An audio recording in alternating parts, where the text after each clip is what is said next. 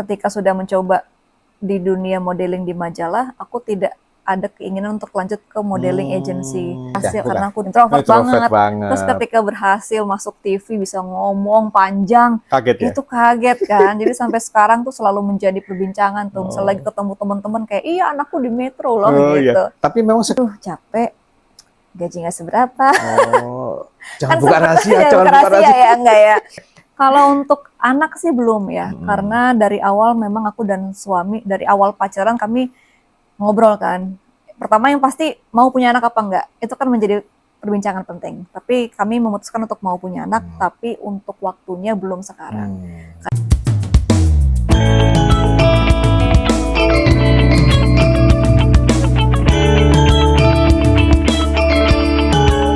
Assalamualaikum warahmatullahi wabarakatuh, poro konco poro sedulur, apa kabar Anda?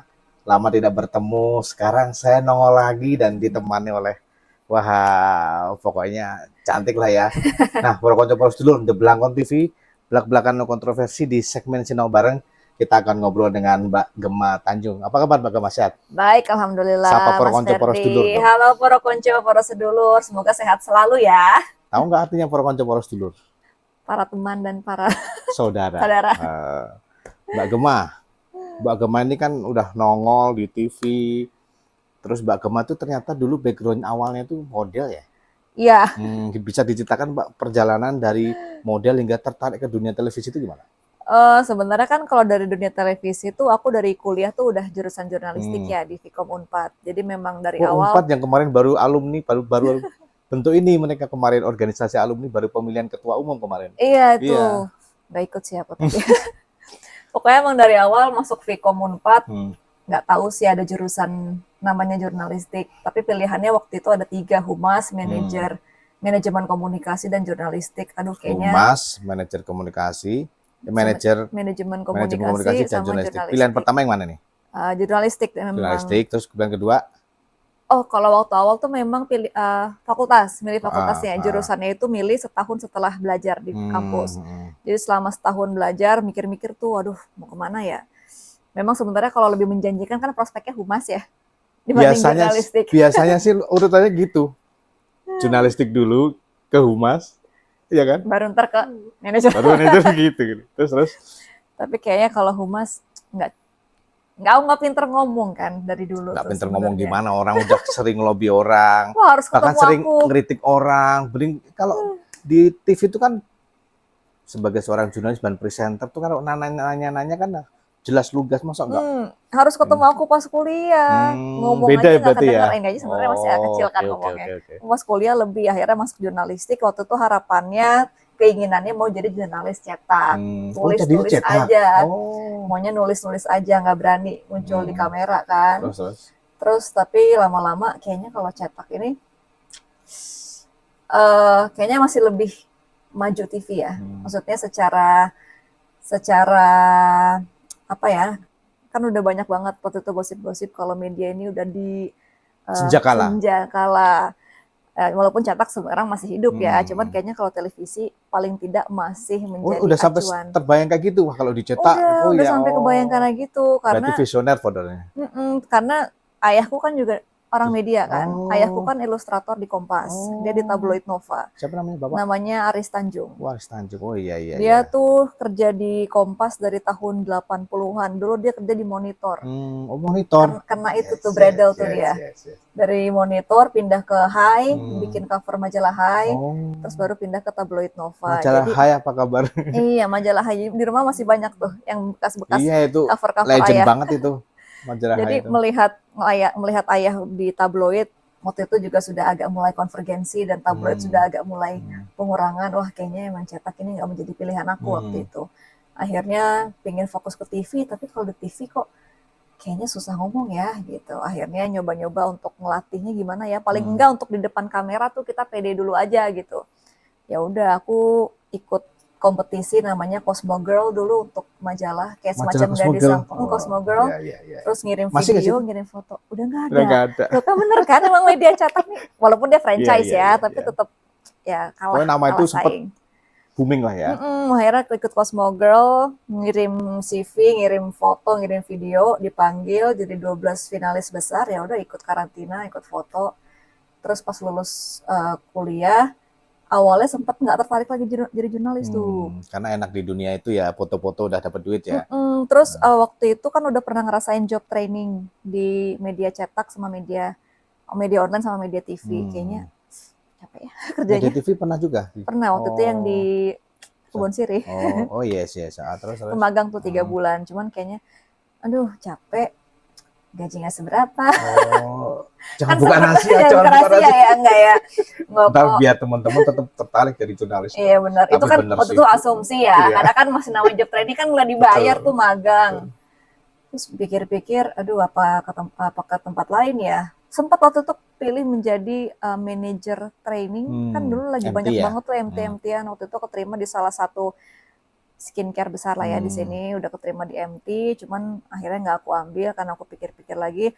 Terus sempat apply juga ke TV yang sekarang udah mau tenggelam juga. Oh iya. Yang ada di Kuningan itu. Oh itu, oke siap. Waktu itu udah sampai tahap interview juga, udah sampai tes camp, tapi ternyata nggak masuk. Udah bingung tuh kan, aduh kemana ya. Akhirnya aku sempat kerja di agensi dulu. Jadi copywriter.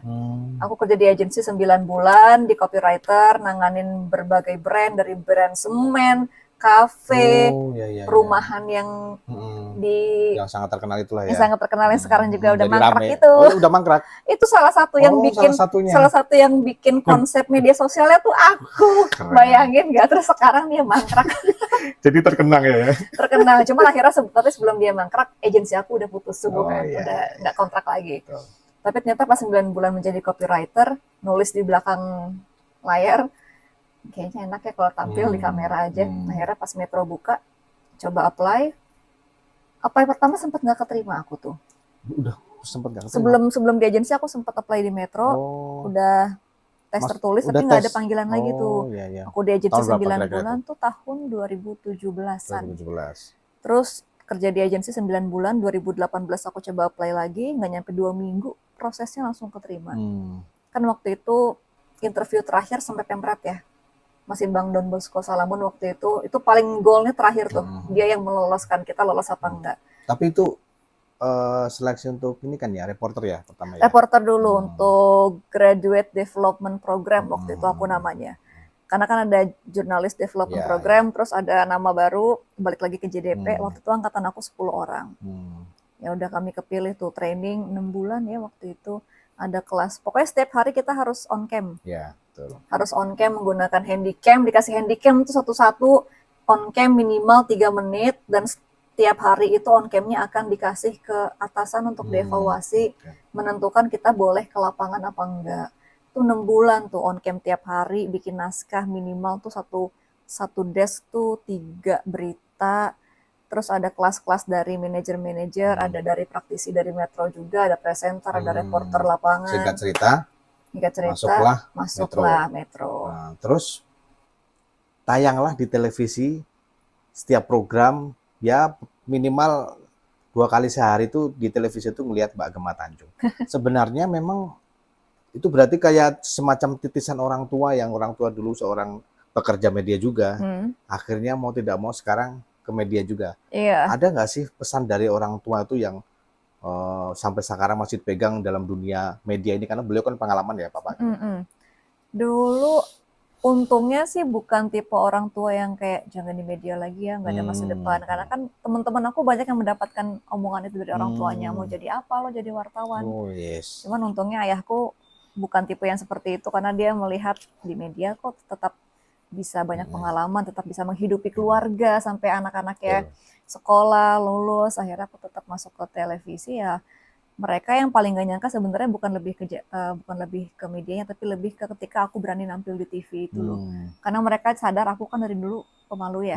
Terus ketika bisa berhasil, introvert banget. Terus ketika berhasil masuk TV bisa ngomong panjang, itu kaget kan. Jadi sampai sekarang tuh selalu menjadi perbincangan tuh. Misalnya lagi ketemu teman-teman kayak, iya anakku di Metro loh gitu. Tapi memang sekeluarga yang ada berapa saudara dan gak ada yang di bidang media juga? Enggak, aku punya adik aku tinggal di Belanda sekarang. Di Belanda. Dia udah S2, udah lulus. Dia tuh guru Oh, malah bahkan. guru. Dia dulu guru, terus sekarang ya jadi terakhir tuh dia jadi translator karena kan dia sastra jurusannya, jadi Hmm. translator buku. Tapi sebenarnya Gitu. cita-cita Mbak Gemma tuh dari kecil tuh apa sih? Sama kayak ayah, aku tuh Oh, berarti udah suka dari kecil. gambar kan dulu. Oh. Waktu aku SD, SMP tuh aku sering banget ikut lomba gambar dan aku menang. Hmm. Jadi banyak yang bilang kayaknya aku tuh dapat bakat ayah aku untuk gambar. Cuman Hmm. ketika udah dewasa itu mungkin nggak diasah lagi ya. Karena kan mungkin minat orang Ya, lama-lama ada yang ke betul, sana, ada yang ke betul, betul. sini. Ternyata minat gambar itu menghilang. Hmm. Karena aku sebelum masuk Vkom Unpad, aku bahkan milih jurusan tuh graphic design. Hmm. Graphic design di ITB, FSRD, terus di swastanya juga di UMN sempat milih graphic design, tapi ketika kepilih di Vkom Unpad kayaknya ini hal yang baru ya, mungkin Hmm. menarik untuk dicoba di sini. Karena kan Oke. kalau untuk gambar tuh harus konsisten, setiap Betul, hari harus betul, kita betul. latih. Kayaknya aku tidak memiliki konsisten itu. Hmm. Daripada aku udah kecebur tapi aku tidak menjalankan itu dengan baik, Ya. aku coba yang ini aja Nah, gitu. tuh. Sekarang bukan coba-coba tapi sekarang sudah terjun langsung di dunia jurnalis, bahkan di dunia presenter. Nah, pengalaman di dunia presenter dibandingkan dengan kemarin beberapa bulan sebelumnya, tahun sebelumnya yang di bidang modeling ya. Apa sih yang paling membuat sangat beda? Pasti sangat beda, tapi yang membuat Mbak Gemma itu membuat ternyata bidang ini sama bidang ini enak, bidang ini itu apa? Aku sebenarnya di modeling bentar banget sih ya, karena kan nggak ada kontrak dan tidak ada agensi yang mengikat. Ketika sudah mencoba di dunia modeling di majalah, aku tidak ada keinginan untuk lanjut ke modeling agency. Hmm. Karena aku sadar persaingannya tuh Mm-mm. pertama usia, karena kan Betul. model dimulai dengan usia belasan. Sedangkan aku waktu itu kepilih udah di usia 20 tahun. Hmm. Agak terlambat kalau untuk di model. Belum harus menjaga fisik. Ya jadi presenter Betul, juga harus betul menjaga sama. fisik yang lebih sehat. Tapi kalau model lebih ekstrim kan Betul, untuk betul, lebih slim. betul. Aku pernah soalnya ikut casting salah satu brand produk rambut waktu itu pas masih jadi model dan aku ditolak karena badan. Oh, Padahal di saat itu berat aku 50 kg 50 untuk kilo yang setinggi 160 5 kilo ya cm. masih bagus dong kalau untuk Itu aku ya dibilang kan? Oh kegendutan. iya, oh, bagaimana dengan saya Pak Kocok? Jadi dari situ aku langsung kayak kayaknya ini bukan jalan Hmm. aku deh untuk di sini. Dan kalau di model kan nggak ngomong ya, Nggak ngomong, pose berpose pose, aja. produk duitnya Pose, gede, tapi kan tetap duitnya banyak, ada duit banyak tergantung sih. tergantung juga ya. Tergantung agensinya. Karena kan Oh. ada kontrak-kontrak ketika foto tuh sekian persen ke agensi, sekian Hmm. persen ke model. Dan itu harus dipilih terus, harus dipakai terus sama brand itu kan. Kalau nggak ada job ya nggak ada bayaran gitu. Ya itu juga sih stability itu yang harus Betul. Nah, aku itu yang membuat berat pikirkan. di bidang modeling ya. Mm-mm, Meskipun di bidang jurnalistik, di bidang presenter pun juga harus jaga badan karena tampil betul. di layar. Tapi yang jelas sekarang sudah menjadi seorang presenter. Tapi jaga badannya kan lebih ke fit ya, Ya, sehat gitu. fit, sehat, fisik dan juga otaknya. Karena kan jadi Betul, dunia presenter itu itu kan harus penting. update macam-macam ya Mbak Gemang ya. Betul. Nah, pengalaman paling memukau lah di bidang presenter khususnya di jurnalis di mana dan bisa diceritakan wawancara siapakah gitu. Di mana ya? Kalau di lapangan sih mungkin salah satu yang berkesan waktu aku holtra 10 hari di Merak ya. Hmm. Ternyata kalau di Merak itu airnya payau, Hmm. jadi nginep di hotelnya tuh nggak ada air bersih. Hmm. Aku dan partner aku harus bergantian mandi menggunakan air mineral karena lengket tuh badan 10 dan itu puasa posisinya. Jadi 10 hari aku nggak pecah loh puasa. Keren. Naik kapal pulang pergi kan dari Lampung ke Merak. Tambah Lampung ke hitam Merak dong. buat liputan. Pas Terus musim panas nggak? iya musim panas itu. Terus harus muterin nyari jalan alternatif untuk para pemirsa karena kan ketika live nggak mungkin cuman ngasih tahu situasi dong, kita harus ngasih alternatif Ya. juga buat pemirsa ketika mau mudik melewati Merak ke Lampung gitu. Terus yang berkesan lagi apa ya? Sebenarnya banyak banget sih. Salah satunya ketika aku berhasil wawancara band Toto. Itu band favorit ayah aku banget dari tahun 80-an. Dia tuh waktu itu manggung tahun 2019 kalau nggak salah ya di Java Jazz. Nah aku dapat kesempatan itu untuk interview eksklusif sama band Toto itu. Toto ya, terkenal Itu banget sih. itu. Itu ayah Pasti aku, papa wah seneng ayah aku banget ya. bangga banget Iya. itu diupdate di mana-mana Di kan. zamannya papa lagu-lagunya dia kan. Dan risetnya ya ke Iya. ayah gitu. Nanya-nanya ini apa yang bisa aku tanya ya, lagunya apa aja ya. Karena kan aku taunya lagu hits-hits doang ya. Itu sih menurut aku yang berkesan. Aku tuh agak tertarik di entertainment juga ya. Berarti Jadi kalau ke musik itu aku suka sih. berarti kalau ditanya soal passion di presenter itu lebih ke presenter news, presenter showbiz, presenter entertainment itu bagaimana? Aku ya walaupun kita harus bisa di semua bidang ya. Di Metro ini tetap harus bisa ditaruh di mana aja lah, survive ditaruh di mana aja. Cuman memang kalau untuk passion, iya sih aku tertarik musik, Oke. film. Kayak kemarin aku nonton The Course kan. Itu aku ngebuka jalan, aku meminta ke promotor untuk liputan. Akhirnya diberi kesempatan, ya udah aku liputan VJ pakai handphone, aku rekam. Sayangnya belum dapat kesempatan untuk interview bandnya itu sih. Mungkin ntar akan dicoba lebih Betul, keras setuju. lagi. Nah, Pro Konco juga pengen tahu nih, Mbak Gema ini sebenarnya sudah married, udah punya baby atau belum sih? Aku udah married tahun 2021 pas masih COVID. Jadi aku pasangan pandemi hemat menikah. Ada ya, juga ada istilah itu ya. Iya, Pandemi itu benar-benar paket hemat banget tuh menikah. Agak beruntung sih sebenarnya, nggak perlu ngundang orang banyak. Kalau untuk anak sih belum ya, karena dari awal memang aku dan suami dari awal pacaran kami ngobrol kan. Pertama yang pasti mau punya anak apa enggak, itu kan menjadi perbincangan penting. Tapi kami memutuskan untuk mau punya anak, tapi untuk waktunya belum sekarang. Karena masih sama-sama mau apa ya, dibilang fokus ke karir sih enggak juga ya, karena kan itu berjalan dengan bersamaan ya menurut aku. Nggak ada pilihan, nggak bisa memilih menurut aku sih, karena Tapi harus memang berjalan menunda ya. bersamaan. Tapi memang masih menunda karena aku juga baru pindah rumah, mau beres-beres rumah, pokoknya aku mau menyiapkan itu untuk siap ketika menyambut Tuh, jadi Pro Konco kelahiran. jadi sudah punya suami ya, jangan kecewa. Tapi ilmu beliau ini banyak nih buat teman-teman Pro Konco yang ingin jadi presenter. Nah, Mbak Betul. Gema, yang paling Mbak Gema membuat sangat penasaran ke depan menjadi seorang profesi presenter ini, apa sih pencapaian apa yang ingin dicapai sampai sana? Aku masih apa ya? Salah satu aku pingin jadi jurnalis tuh waktu itu ayahku selalu bilang jadi jurnalis tuh kerjanya kayak sambil menikmati apa yang kita suka. Kalau waktu itu ayahku bilang dia seneng banget kalau harus traveling. Jadi aku sebenarnya pingin banget sih dapat liputan yang bisa traveling entah ke luar negeri ataupun di dalam Indonesia. Pokoknya yang unik-unik gitu loh, yang bisa tahu budaya yang kita nggak pernah tahu sebelumnya, ketemu orang baru. Itu sih goalsnya, lebih ke mengeksplor dunia Jadi gitu. program-program wisata Pro Konco. Program-program wisata itu aku belum pernah Berarti nanti kesampaian. Pro Konco yang punya agensi wisata ingin dipromosikan pakai Mbak Gema, pakai saya juga Masuknya ke dong. Metro dulu tapi ya. Dealnya ke Metro dulu baru ntar requestnya nama aku gitu. Oke, Mbak Gema, ke depan ini kan dunia jurnalis terus presenter televisi itu kan bakalan terdisrupsi dengan adanya AI ya. Bahkan presenter itu terancam loh, Pro Konco, Pro Sedulur, karena ada presenter AI sekarang. Gimana tuh Mbak Gema? Aku sih tetap meyakini kalau AI tidak akan pernah menggantikan presenter ya. Karena kan kalau AI sudah terprogram.